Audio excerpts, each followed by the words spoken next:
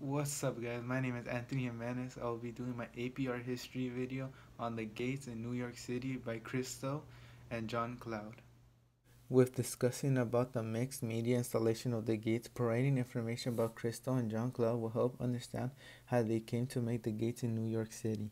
Christo and Jeanne-Claude were a married couple who created environmental works of art. Christo and Jeanne-Claude were both born on the same day, June 13, 1935, with Christo being born in Bulgaria and Jeanne-Claude in Morocco.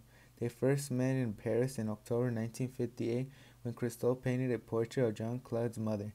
Then they fell in love through creating artwork together. Their works included the wrapping of the Reichstag in Berlin and the Pont Neuf Bridge in Paris, the 24-mile-long artwork called the Running Fence in Sonoma and Marine Countries in California, and the gates in New York City Central Park.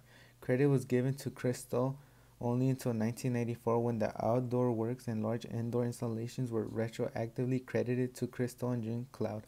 They flew in separate planes in case one crashed, the other could continue their work. Although their work is visually impressive and often controversial as a result of its scale, the artists have repeatedly denied that their projects contain any deeper meaning than its intimate aesthetic impact. The purpose of their art, they contend, is simply to create works of art for joy and beauty and to create new ways of seeing familiar landscapes. After discussing the background on the artist, it's time to switch upon the artwork that is in the 250, which is the gates. Nearly 30 years after the artist Christo and Jeanne-Claude first conceived the gates, the project was finally realized over a period of 2 weeks in New York Central Park. Each gate, rectangular, three-sided rigid vinyl frame resting on two steel footings, supported saffron-colored fabric panels that hung loosely from the top. The gates themselves matched the brilliant color of the fabric. The statistics are impressive. 7,503 gates ran over 23 miles of walkways. Each gate was 16 feet high, with width varying according to the pass width. This was done by the inspiration of their early work in 1960, which was called Surrounded Islands. In this artwork, Christo and Jeanne-Claude have introduced eye-catching colors in the landscape, for example, pink in Baikan Bay, Florida. Continue, the saffron color in the gates was used to create a golden ceiling, creating warm shadows for visitors walking along the Central Park path.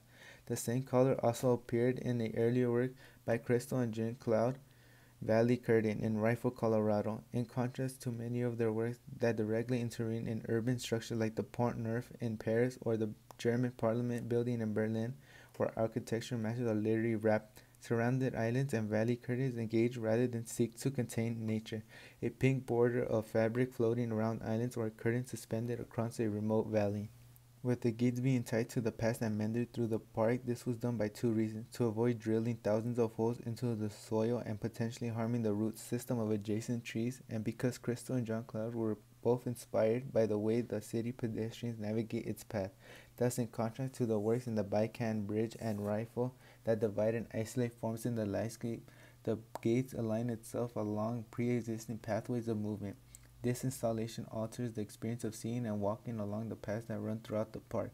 The title alludes to a threshold, a point of exit and interest. In fact, some places the structures form an oval. There is no starting point and no end point, and moreover no favorite point from which to view. It is an installation made from the pedestrians in motion and not a static object that asks you to stand still before it. While the gates cost $21 million, both the artists and the supporting institutions were quick to emphasize that Christo and Jeanne-Claude financed the project themselves and that the installation was free to the public. The artists sold drawings related to the gates and other works before the exhibition opened. They rely on this method to independently fund their projects since they do not want to accept sponsors. It is important to remember that Christo and Jeanne-Claude favorably returned with the powers. It would be 26 years in the making. The artists submitted proposals, attended meetings, and made presentations throughout this period, persisting even after a 251-page official rejection only 3 years into their campaign.